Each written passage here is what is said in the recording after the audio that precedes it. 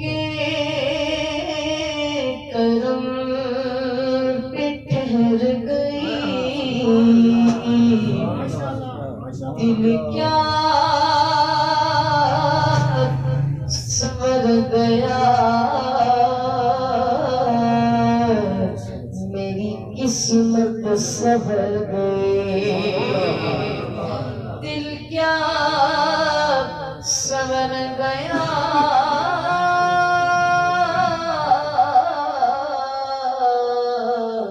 میری قسمت سنور گئی، ہجرے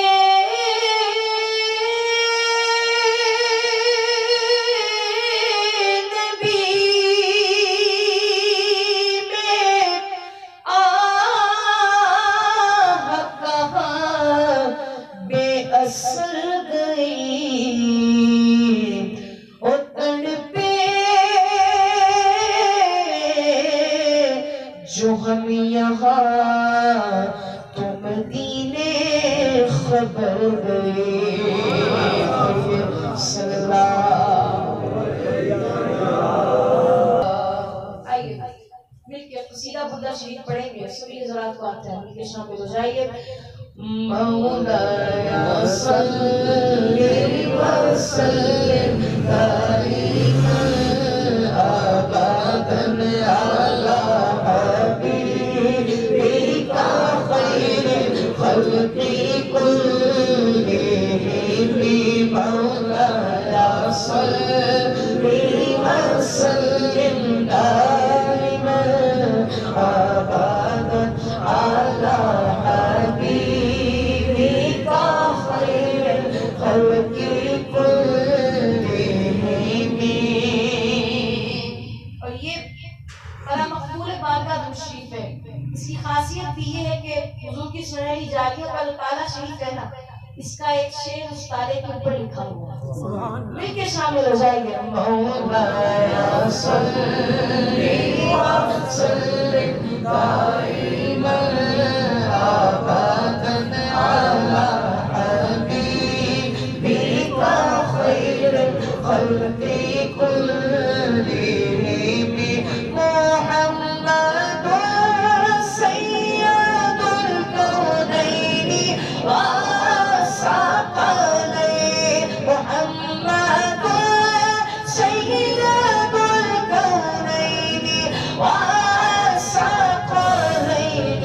والفریقین من عرب ومن عجم، مولایا صلی وسلم دائما ابدا علی حبیبک خیر الخلق كلهم۔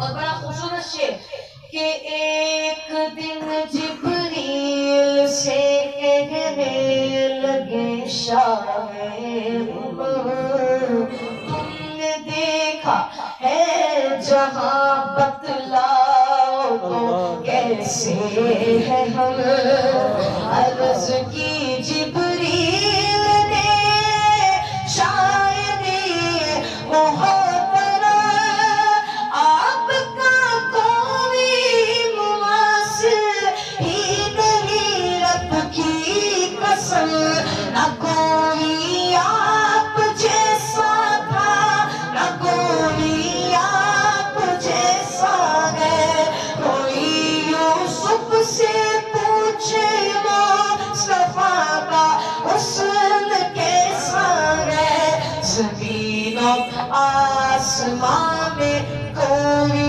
بھی مثال نہ ملی، مولایا صلی وسلم دائما ابدا علی حبیبک خیر الخلق كلهم، بلغ العلا بكماله، بلغ العلا بكماله،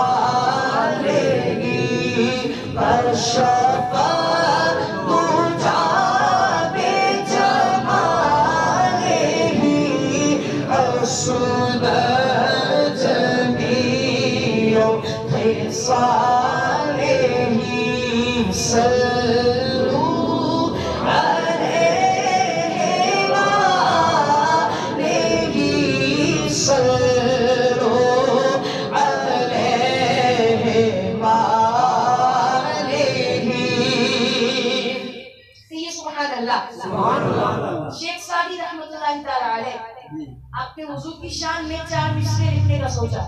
شیخ سعدی نے پہلا مصرع لکھا بلغ العلا بکمالہ، دوسرا لکھا کشف الدجی بجمالہ، تیسرا لکھا حسنت جمیع خصالہ. 4 لکھنے کا سوچا تھا، 3 لکھ لیے، چوتھا سمجھ میں نہیں آ رہا.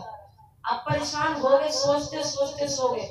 ظاہری آنکھیں بند ہوئی، دل کی آنکھیں کھل گئی. خواب میں پیارے آقا تشریف لے آئے. حضور نے آ کے پوچھا تم پریشان نظر آتے ہو، ماجرا کیا ہے؟ کہا حضور آپ کی شان میں 4 مصرے لکھنے کا سوچا تھا، 3 لکھ لیے، چوتھا میری سمجھ میں نہیں آ رہا. حضور نے بس سنا تم نے کیا لکھا ہے. شیخ سعدی نے ہاتھ باندھ کے عرض کی بلغ العلا بکمالہ کشف الدجی بجمالہ حسنت جمیع خصالہ. یہ کہنا ہی تھا. حضور نے کہا سعدی کیوں نہیں کہتے صلو علیہ وآلہ. اگر اتنا مبارک جملہ ہے حضور نے ہمیں خود بتایا، اس کو پڑھنے میں کیسی شرم. ذرا باوا سے بلند ایک مرتبہ گونج پڑ جائے، سبھی پڑھیے صلو علیہ